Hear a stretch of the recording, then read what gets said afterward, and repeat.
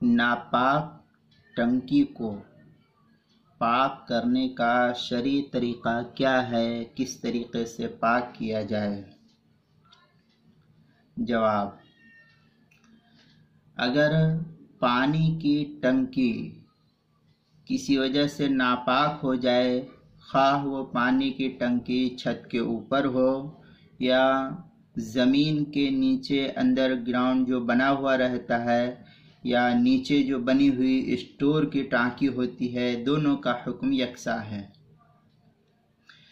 ये अगर नापाक हो जाए तो इसमें से नापाक चीज़ जो चीज़ उसमें गिरी है, मसलन चूहा, बिल्ली या और भी कोई ऐसा जानवर, परिंदा वगैरह गिर के मर गया हो, तो ये जो नापाक चीज़ है अगर ये नज़र आने वाली हो, जैसे मैंने अभी बताया कि चूहा, बिल्ली, कौवा या और भी कोई चीज़ जो गिर करके मर गई, अगर ये दिख रही है तो इसको पहले निकाल दिया जाए।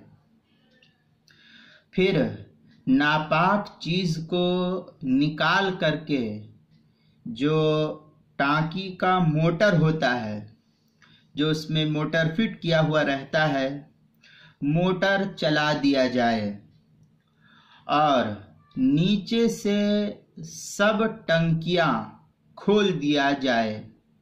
जितनी भी टांकी में नल लगे हुए हैं, तमाम घर वालों को कहा जाए कि नल को खोल दिया जाए। लिहाजा नीचे के टांकी के पानी को ऊपर की टंकी में पहुंचाया जाए और जितने घर है या मस्जिद है या और कोई जगह है जहां नल लगा हुआ है, उन तमाम नलों को खोल दिया जाए। और फिर जब सब के सब नल खुल जाएं तो गोया ऊपर से पानी दाखिल होता रहेगा। नीचे का जो पानी है, ये नीचे का पानी ऊपर की टांकी में जाएगा और ऊपर के टांकी से पानी वापस नीचे जो है गिरता हुआ रहेगा और नीचे से निकलता हुआ चला जाएगा। तो ये जितना पानी है वो सब का सब पानी माए जारी के हुक्म में होकर पाक हो जाएगा।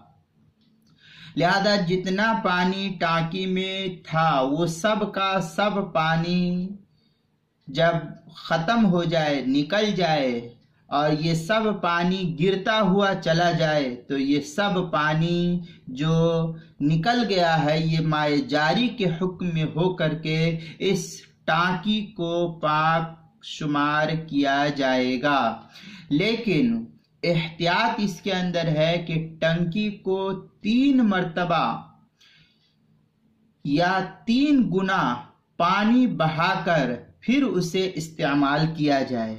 यानी जो टंकी है उसके अंदर जितना पानी था उतना या उससे ज्यादा पानी भर करके फिर जो है उस पानी को बहाया जाए, ताकि तमाम तर शुकूक व शुबहात से इंसान बालातर हो करके इस पानी को जो टंकी में है इसको इस्तेमाल करे। इस तरीके से करेंगे तो ये टंकी भी पाक हो जाएगी। अब उसमें झाड़ू पोछे की ज़रूरत नहीं। हाँ, अगर उसको रगड़ करके धो दे तो ये बेहतर है, लेकिन शरई कानून ये नहीं है, बल्कि इस तरीके से माए जारी के हुक्म में हो करके ये पानी पाक शुमार कर लिया जाता है।